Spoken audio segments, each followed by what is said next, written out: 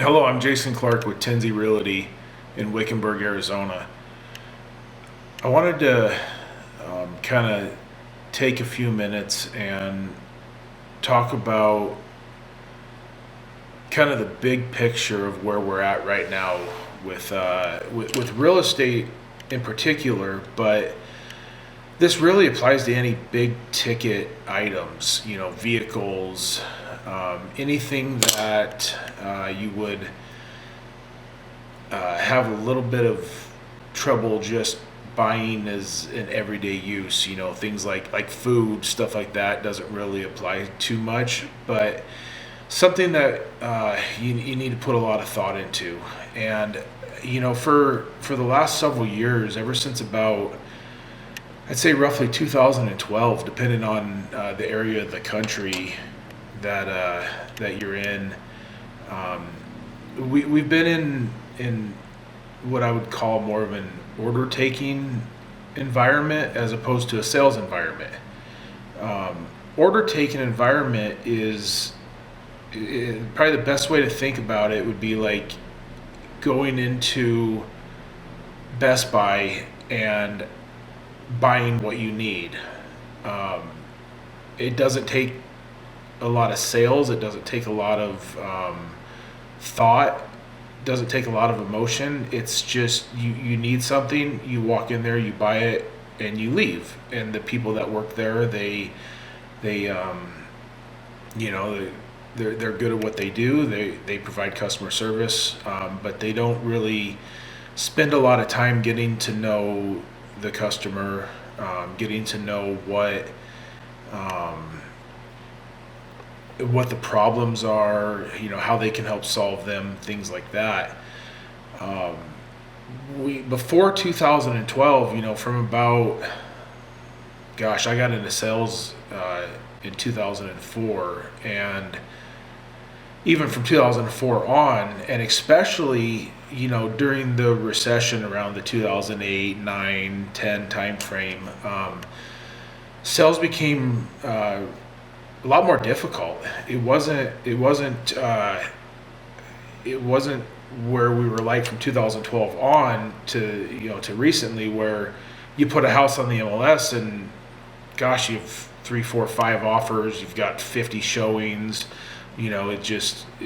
Things just move so fast. Big ticket items are still selling right now, but they're taking a little bit more work. They're taking more time.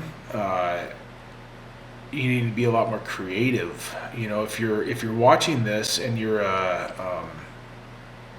someone that's going to sell your house, there's certain things that you really need to think about. Like the condition of your home. Is there some minimal things you can do, like painting the walls, or even just hiring a professional cleaner to come in and just make the place look really clean? Are there things on that side that you can do that will help to make your home show a little bit better? I've struggled with this for a long time, because even during the time period where homes were selling fast, and vehicles were selling fast, and large ticket items were, in general, were selling fast, I still felt like real estate agents and people selling vehicles and selling these items should be putting more effort into the sales process, with homes in particular, not just putting them on the MLS and letting people show up to look at them. That's great. Let's say you have 2 offers on your house during this time frame. What if your agent had put more effort into the sales process, into marketing your home better, into doing videos, and into actively reaching out to all their contacts to let them know that, hey, in 2 days I've got this great house coming on the market, getting some energy built around it. Maybe those 2 offers would have been 4. There could have been more money involved. As a home seller, you could have walked away in a little bit better position. So that's why I've kind of struggled with this whole just throw it on the MLS and forget about it. It's just been kind of a thorn, I guess you'd say.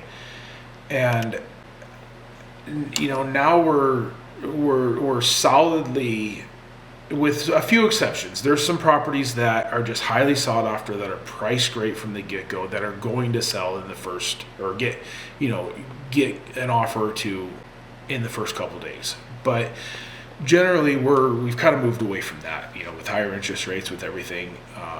Homes are still selling. They're just taking longer. They're taking more work. A lot of people are having trouble. Home sellers in particular, a lot of them are not really tied into the market, so they kind of feel like we're still in that environment where, hey, I'm going to list my house and it's going to be sold in a week. And, I hope so. I hope that happens. But I would say go into it being prepared to have a little bit longer process, and maybe being a little bit more selective about who you hire to represent your property.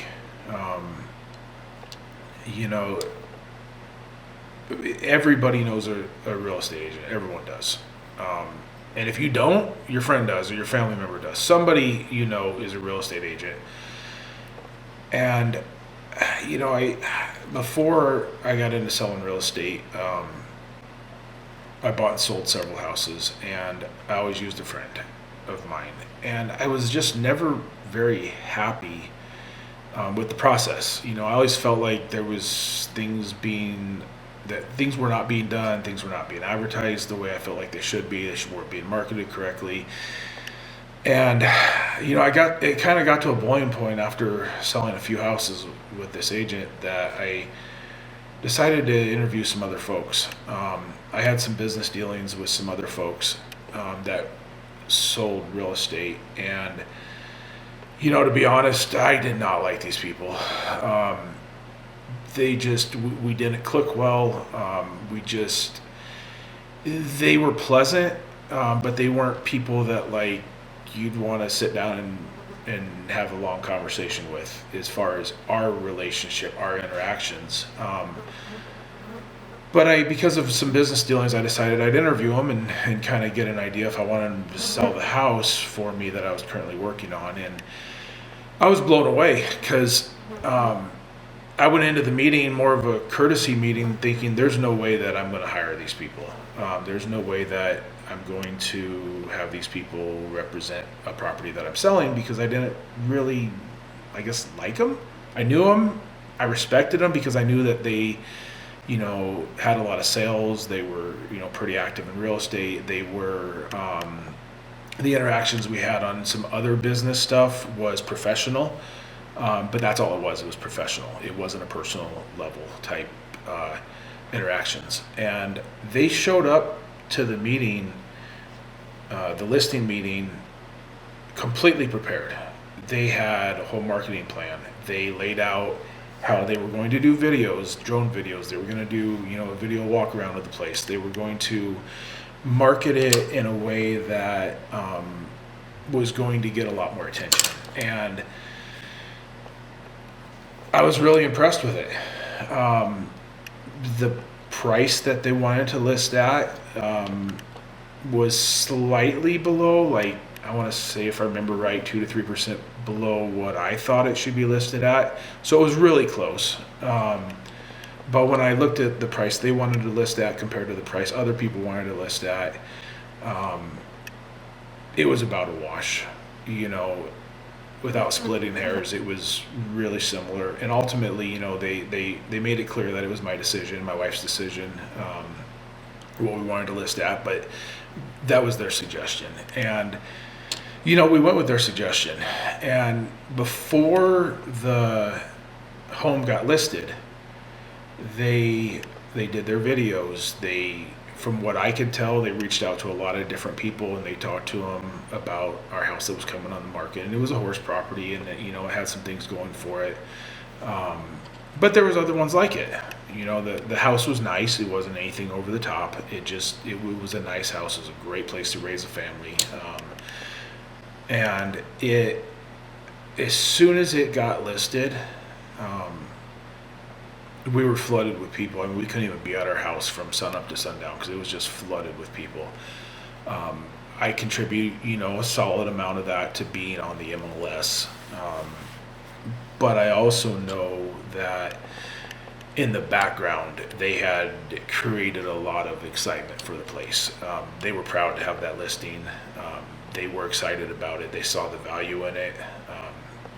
And they went into it in a very professional way. And, because of that, we ended up becoming more like friends towards the end of the process, and we had more time to get to know each other.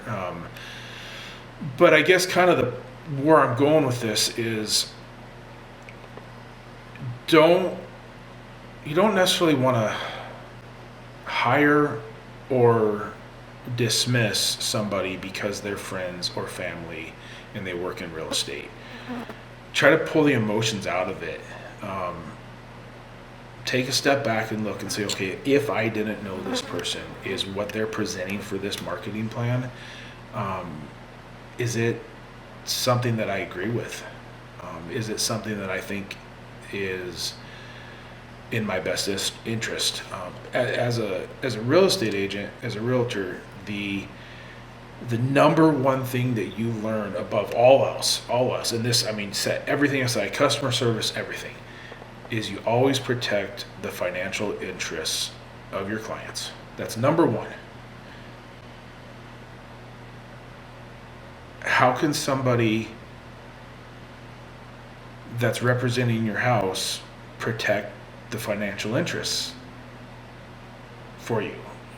They can put everything they have into it. They can market it correctly. They can make suggestions about if there's little improvements here and there that need to be done. They can suggest a price that they think is going to get the most attention. That first week on the market, that's prime time. There's buyers right now that are just waiting for houses to come on the market. And anytime a house comes on the market that's anything similar to what they're looking for, they want to see it, and they're ready to see it. And that's the first week. So you definitely want to go into the process maybe a couple weeks ahead of when you want to list and get everything done. Hire an agent, have that agent start essentially marketing without making it public where other people can see it, but have them start making the calls to their contacts, have them start lining up showings for when it is going to be on the market, start creating some energy around it. And that's when the time they need to be doing the videos. They need to be getting all their pictures looking good. And I'm not talking about walking around with a cell phone. I'm talking about either they've made a large investment into video equipment, or they hire someone that has made that large investment into video equipment. There's a huge difference in quality.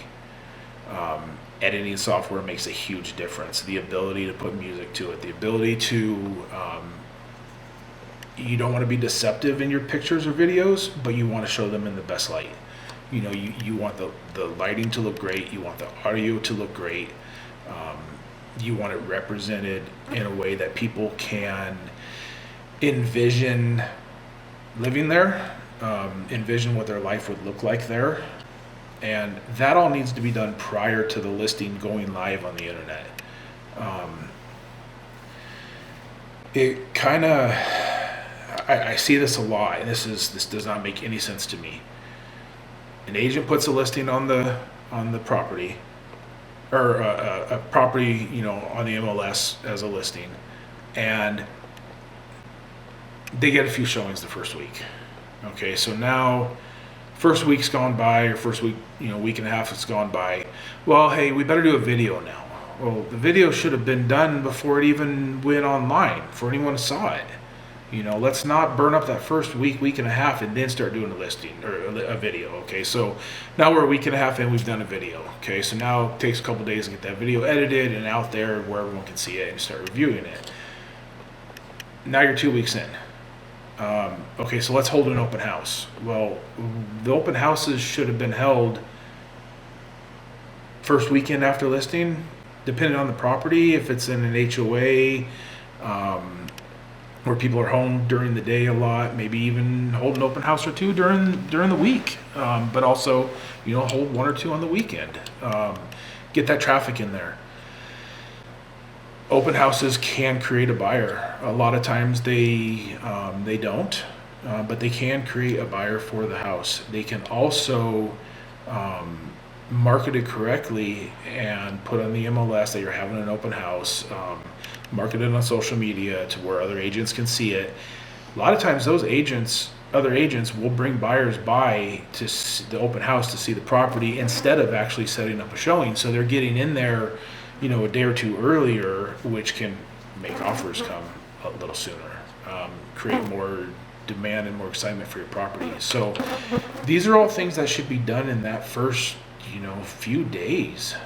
This isn't something that's like a process, like let's list the property, we can have later do videos, okay, crap, that's not working, all right, so now we're a week later, all right, let's do an open house, okay, so now we're 3 weeks in, 95% of the excitement's gone. The only people you're picking up at that point are people that are new to looking to houses, or people that are frustrated because what they have looked at is not what they're trying to find, so now they're looking at settling. And neither one of the people, I guess the people that are new to searching are typically excited. Usually they're new to the process, so it's exciting for them. They're energetic. They're ready to buy. But they also haven't had the ability to look at 15, 20 houses that matches what they're looking for. So that first week is crucial. And the longer a house sits on the market, the harder it becomes to sell. You start looking at price drops, and right now in this environment, a $5,000 price drop on an average, priced house is not going to do anything. You've got to kind of break through that emotional threshold. If your house is at $529, you need to drop to $499 to get kind of below that emotional threshold, below $500,000. So that's all stuff that needs to be avoided. That's all things that, by taking a step back and looking at this whole order taking versus sales environment, we were, like I was said at the beginning, we were in this order taking environment for years, where it was just bang, bang, bang, bang. You list a house, multiple offers sold. That's order taking. There's no sales process really. Doesn't take much to get stuff sold. Now we need to be looking at more of that sales environment. We need to be spending the time and the energy to educate people on what's right and what's wrong. I see all the time on Facebook, someone says, hey, I need a realtor. Well, you have 50 people that are recommended, which is cool, great. But what are those 50 people going to do? Which one is going to actually, instead of just saying, hey, my name is so-and-so, I'm a realtor, show what you're going to do. Post a video that you did of a property, show the value that you're going to offer to people that are selling their home. What are you going to do that's different than all 127,000 people that have a real estate license? What makes you different? And I don't want to go into the running the business side of things. This is more for just kind of to change the mindset, I guess you'd say, of where we're at in this process right now. And it's not something that you can just wake up tomorrow as a real estate agent and decide, hey, I'm going to miraculously develop this. This is something that takes time, and it takes different amounts of time for everyone. I've seen people, I've helped business owners across the country solve issues for years that they've been dealing with on things. And I've seen some folks that can wake up the next day and implement some changes. I've seen other folks that it takes them a few weeks, and I've seen other folks that just can't make that change. And right now is the time in real estate where those changes need to happen. They need to, the old way of doing things need to kind of start to phase out.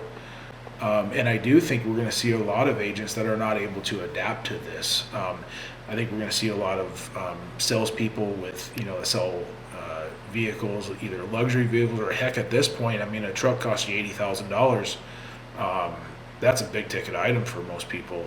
And, we'll see a lot of even, salespeople for, autos, for cars, trucks,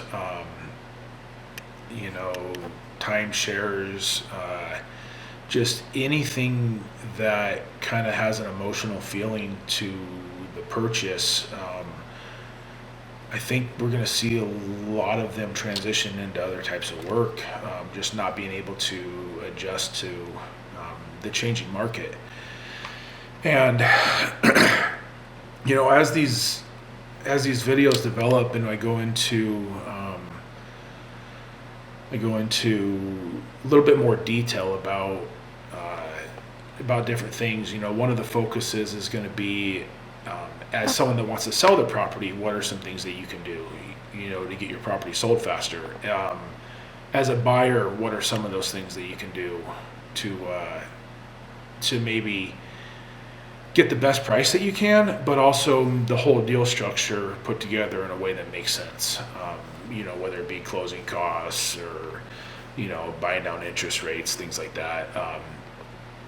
I'm going to have somebody on that works in the mortgage industry to talk about different options there. And I'm kind of designing these to be a little bit more informal, a little bit more relaxed. So if there's anything that you would like to, me to cover, definitely let me know. But kind of the point of this video here is just to change the mindset of folks with the environment that we're in. And if we understand that, big ticket items are still selling. So I don't want anyone to have the takeaway of, I'm going to not sell something for a couple years, because the environment in the future is unknown. Right now, maybe houses are taking 2 to 3 months to sell, depending on the property. It could be 6 months down in the future. Or it could be that interest rates drop drastically and, money gets freed up and more buyers come to the market, and maybe they're selling in 30 days. So the unknown, you don't really want to play that unknown game. Go into it with all the facts, all the information and the knowledge, and do what you need to do now. Don't wait. Don't wait hoping things get better, or wondering if things are going to get worse. Just, if you need to sell your house, sell your house. If you need to buy a house, buy a house. There's a saying in real estate, marry the house but date the interest rate. And that's so true. I mean, there are things that can be done when you buy a house to get the interest rate a little bit lower. But if you look at our history, as our country, rates are all over the place. They really are. And it's not something that I would be real concerned about. If you can afford the payment for the house you're buying, that's the most important part. If the house you want to buy, you just really can't afford the payment, then, maybe that's a little different situation. But setting aside the interest rates, just look at the whole picture and try to pull the emotional side out of it, and just get the facts and make good decisions based on that. If you need help with anything, feel free to call me, or email or text or whatever. If there's any questions you have, if you feel like you're getting into a situation you're not comfortable with, definitely reach out, and just try to just make good decisions with who you hire. Homes are typically the biggest asset that people own, so it should be an important decision. about who's going to go to battle for you, about who's going to protect your financial interests. That's at the end of the day, that's what it comes down to, is money. Is the person selling the house, are they getting the money they need? And is the person buying the house buying it at a price where they feel comfortable? And if both of those things happen, then the whole picture comes together and the deal works. And if it's only good for one side, it's just not good for anyone. It has to be good for everybody involved. So just try to kind of keep that in mind going through this process. And like I said, if there's anything that you need at all, just reach out. So I hope this, kind of helps some folks. And I'll post some more videos about different things as we go on.